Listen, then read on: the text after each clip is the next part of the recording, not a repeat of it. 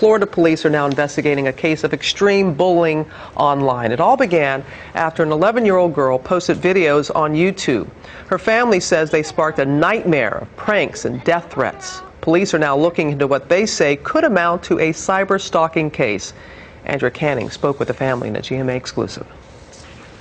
My life, okay? Jessi Slaughter's jaw-dropping YouTube videos are so controversial. You know what? I'll pop a Glock in your mouth and make a brain slushy. They've made her the victim of death threats at just 11 years old. Jealous? You know what? To say that you guys have ruined my life. No, I would never think it would got to this point. Now speaking only to GMA with her parents, Jean and Diane, it's the first time the 7th grader has been out in public since her videos ignited a firestorm. I'll post some in the bar. Why so much profanity in the videos? It's just, I had no words running through my mind. It was all done live, and that was just a way to get out my anger. Slaughter says she turned her webcam into a weapon in retaliation over online postings about her alleged sexual history. And if you guys consider and freaking label me, then you guys are the actual posers, and I'm not a poser. Not helping matters, her father joined in with a tirade of his own. This is from her father. You bunch of lying, no good punks. And I know who it's coming from because I backtraced it. As a father, I was just trying to support my daughter and get people to stop hating. Their retaliation, now seen by more than 1 million viewers, only made the taunting worse, taking cyberbullying to a whole new level. When this first started, we were very afraid. I've been getting a lot of death threats. Online people accused me of molesting my daughter. Slaughter says she was sent to a mental health facility after the authorities believed she might be suicidal. She says she isn't, but can see how a tween could be pushed over the edge. I think that it's completely wrong that people would taunt somebody to some degree that they would actually kill themselves over it. And that's actually completely wrong, and whoever is doing it should be locked away for a really long time over it. Now Jessi Slaughter, which is actually her screen name, is about to enter counseling. But these viral videos may just end up haunting her forever.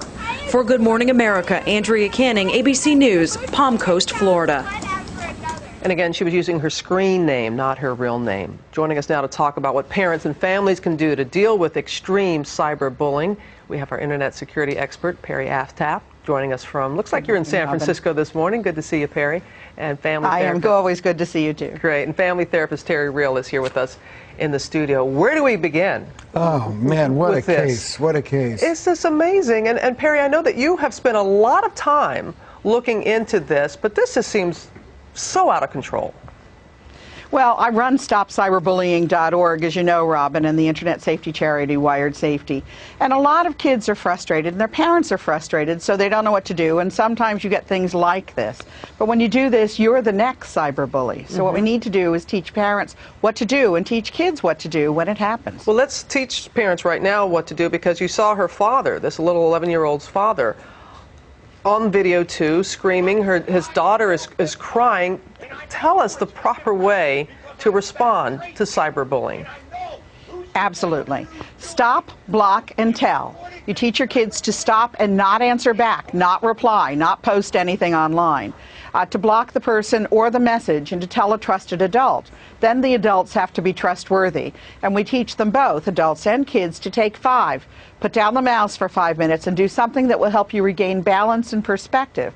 At some point, we need to have an adult in charge. Yeah, we do. Well, Terry, I know you're sitting over here just wanting to, weigh in. Yeah. I mean, this is about violence breeding violence. You know, the whole culture of kids, and I know it's been said before, but rap music, the way she speaks about putting a Glock in somebody's mouth, it's about retaliation breeding retaliation on all sides, but the whole thing just gets so blown up because of the internet.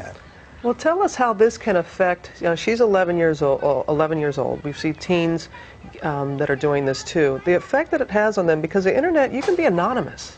That's the go point. After people. You know, it's a double-edged sword, because the victim has no privacy and the bully can be anonymous. So it blows up on both sides. You have kids posting things on Facebook that they shouldn't be posting, and then you have thousands of people responding. Just the sheer weight of the number is a trauma to the kid. We heard at the end of Andrea's piece that this young girl is going to get some counseling, which is good to hear. What advice do you have for her and her parents? Well, first of all, prevention is worth a pound of cure.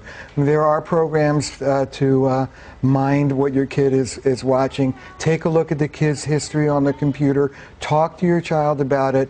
As was said, there's always unplugging the thing and putting it down, but help your kid not get involved with this thing to begin with. Talk to them and supervise. Yeah, as Perry was saying, let's get a responsible adult involved in this. And Perry, this young girl was using a site that I wasn't even familiar with, Stickum or something like that. But you said it's not, it's not so much the site you're saying the parents should be concerned about.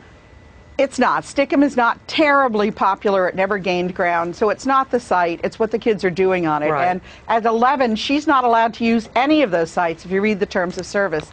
This didn't happen on Facebook. And Facebook has a really good watch on these things. What you need to do is when it happens, parents need to report it to law enforcement.